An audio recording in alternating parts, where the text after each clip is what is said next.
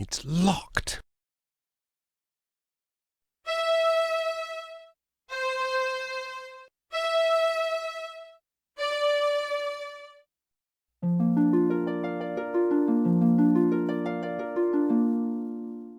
You see, Cobb? An elusive breed, these weavers. Fortunately, however, they're quite helpless without their weaving sticks. That distaff will never work for you. Oh, no, my young friend, you're quite wrong about that. Come, let me show you why. Consider the common graveyard. There, the boundary between the living and the dead is indistinct. Every graveyard's like that, so? Now, imagine what might happen if this delicate boundary were to be somehow breached. Torn open, so to speak. It's not that simple. You can't just rip the pattern apart like an old rag. But it is that simple, my boy, and I can. I have only to lift this rod, and the legions of the dead will stream forth onto the plane of the living. A vast army of the dead, nourished by the shepherd's flocks, armed by the artisanship of the blacksmiths, guided by the glassmaker's sphere. All under the spiritual leadership of one supreme commander, me! The final hour is now at hand. The age of the clerics is upon us. I have preparations to attend to, Cobb. Don't let this boy out of your sight. He is to touch nothing. Do you understand me? Perfectly, Your Excellence. Lord Mandible, ruler of the universe. I do like the sound of it.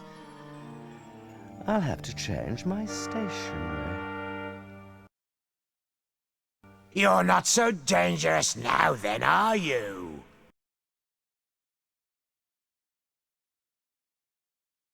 Keep away from that!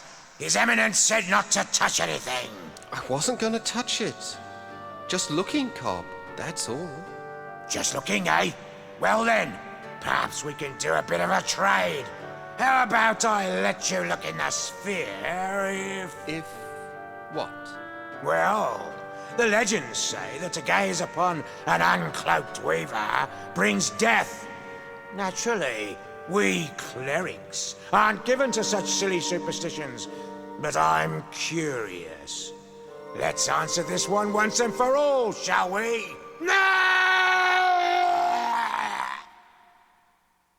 May we have some quiet, please? I can't even begin to invoke the dead with all that screaming. Well, he can't say he wasn't warned.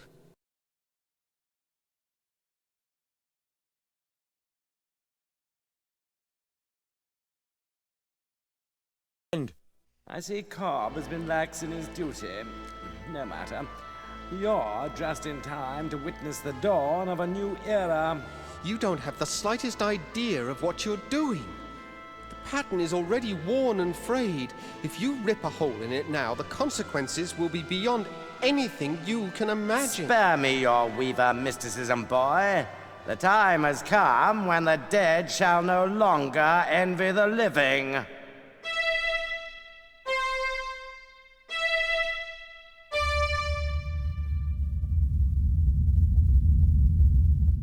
You've torn the pattern completely open. And with it, the eyes of the dead.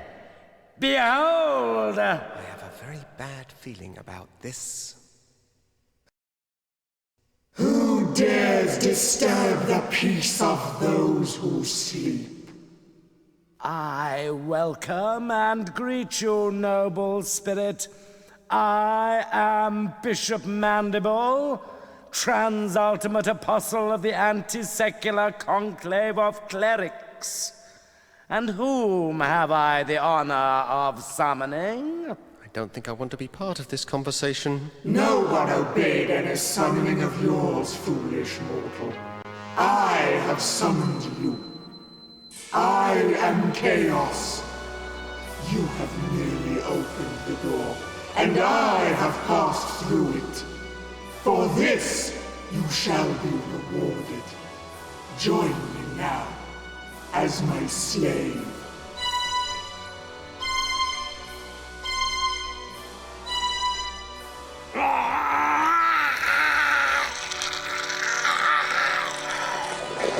I see it has been much too long since my last visit.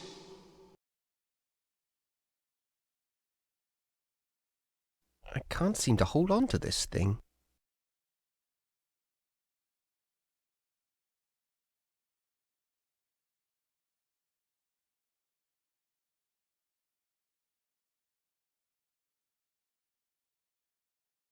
Stop! Ah!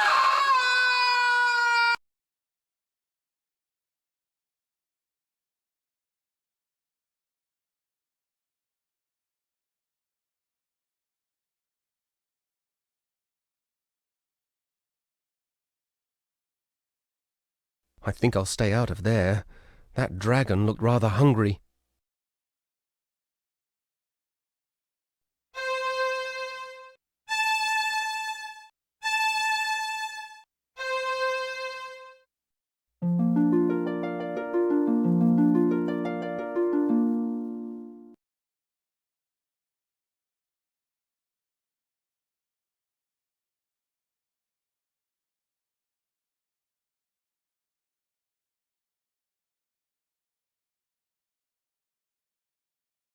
Rusty?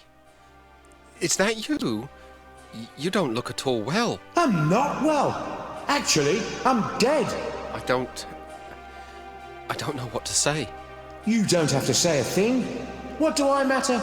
I'm just another one of the dead. Oh, Rusty, I feel terrible. I And didn't know. that's not even the end of it.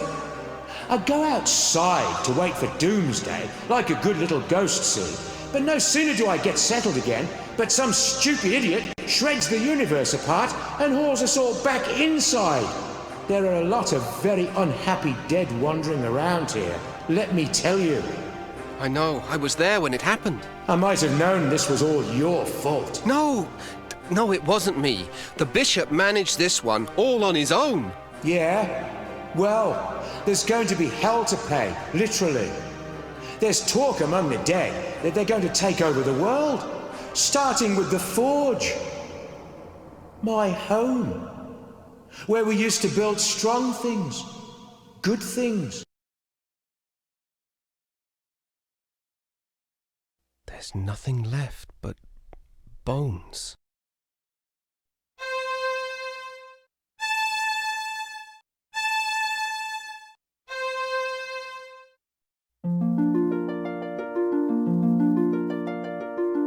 You did it. You brought me back. It is what you wanted, isn't it? Believe me, being alive is a lot more fun than being dead. But how did you do it?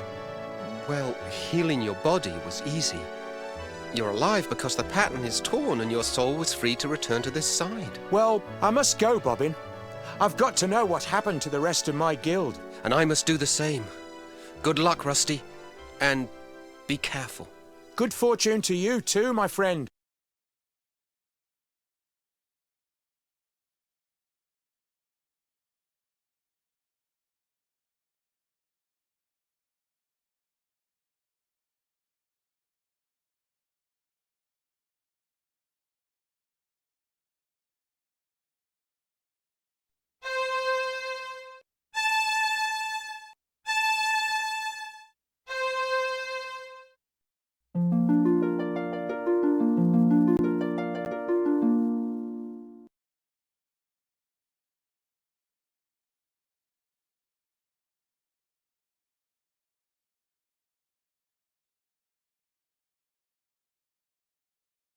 You are too late, wizard. The dead have increased their numbers here. Those not dead are suffering, and my songs were again useless. All that's left for us is to put an end to their misery. Come, and extend your help, if you can. They never even had a chance.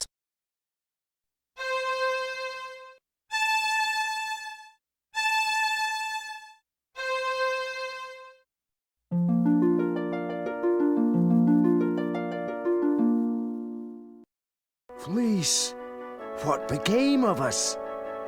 I was just walking among legions of dead. You were saved by the mercy of yonder boy. We have not had the chance to thank you properly, wizard. But our memories are long, and we will not forget you soon. Hail and farewell. Come along now, before the dead ones return to the harvest.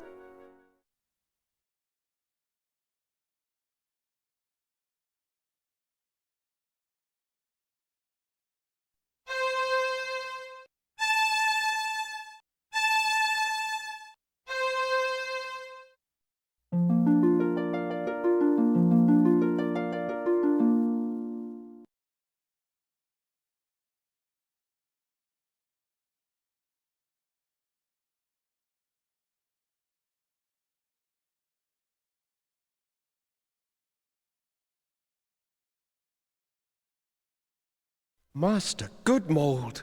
The Weaver boy. At least you've escaped the terror of the Dead Ones. It appears the Crystal Guard has not been so fortunate. But I don't understand. Why did you not use the Great Scythe? We never doubted the scythe could save us. No, never, no indeed. Even chaos must fall under its blade. But we could not do it. To unleash such merciless evil would show us to be no better than our enemies. The entire world would have feared us when it was done. And to have become so much like our enemy was unthinkable. Just unthinkable. And so you didn't use it? We knew the price. The best we could hope for was to defend it bravely. But we are not warriors. You mean Chaos stole the scythe? We did what we could, but it was not enough. Remember us, my young friend. Tell the word that we fought with courage and chose death with clarity. Above all else, clarity.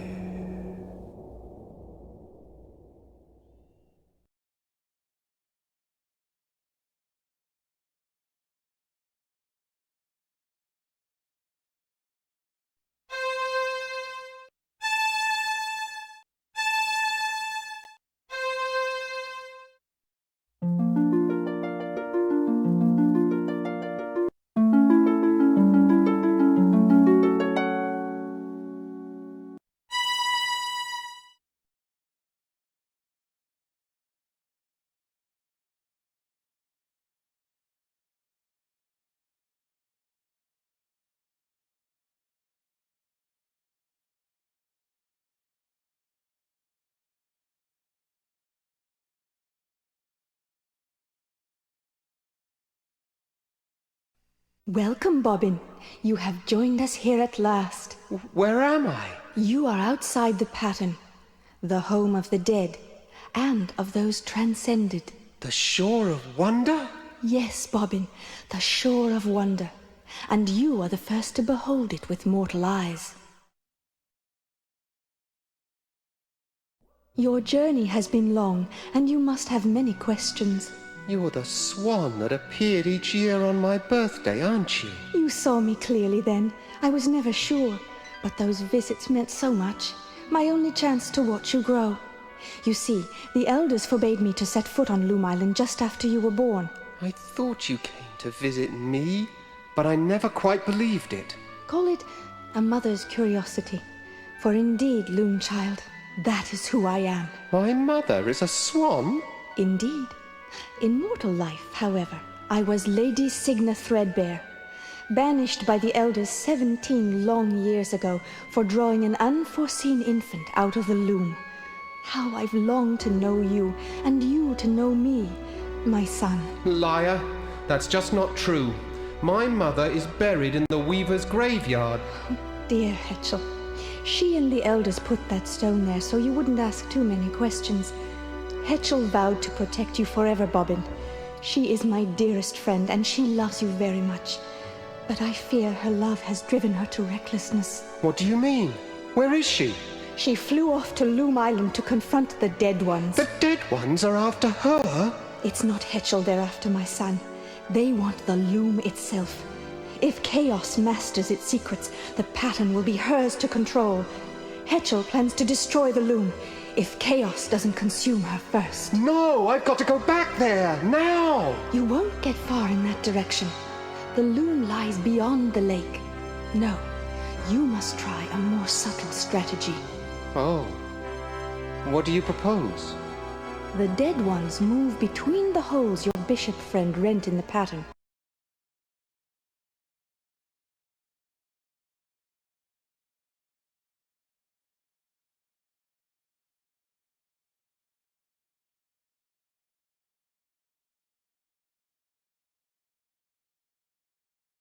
Her eyes. They're just like mine.